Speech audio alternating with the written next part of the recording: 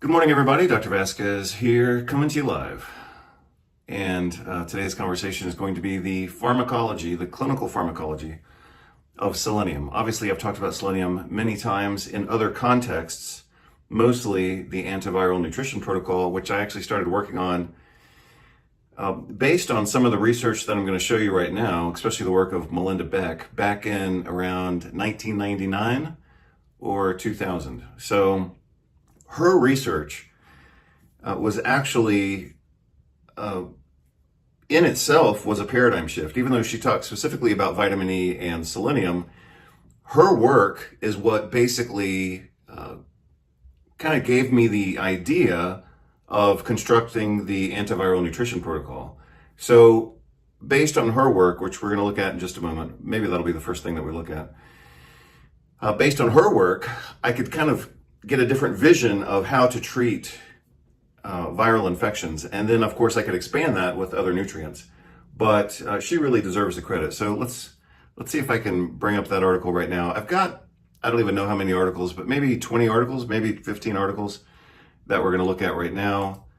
But I do want to give her the credit. And some other researchers get some credit as well. We'll look at this research from China. This is also very important. And this was published around the same time as the work of Melinda Beck. So certainly within the United States, she was the originator of many of these ideas, or let's just say the source. But a lot of the research actually goes back about 20 years to research that originated from China. Again, you can see that Melinda Beck's work was published around 2000, 2001, and this is published in 2004. And I presume that this work was already in progress around the time that Melinda Beck published her work. So I don't know who was first, and that's not too much of my concern. But we'll look at her original article that really was a paradigm shift, like I said, for me. And then we'll look at some of the newer research, especially on Keshan disease, which serves as a really accurate model for understanding how selenium impacts several different diseases, especially cardiomyopathy and viral infections as well.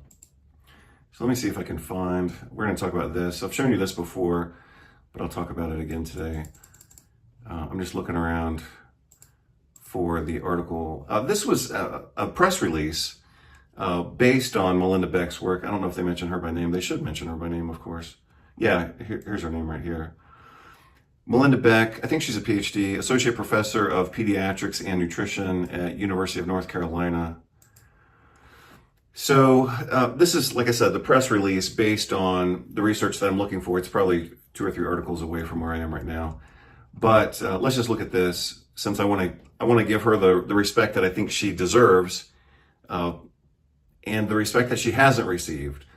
Here they say selenium deficiency causes flu virus to mutate into more dangerous forms. So one of the things that bothered me so much about the mismanagement of the so-called COVID pandemic is how they completely ignored all of the data that we had, even press releases. It's not like this was hidden somewhere in some obscure journal.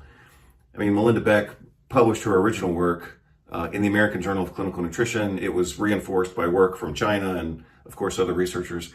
So this was well known. This was well known at the time of the start of the pandemic, and it was completely ignored. In fact, the medical organizations, the drug organizations, and even the nutrition organization said, oh, nutrition has no role in the treatment of COVID.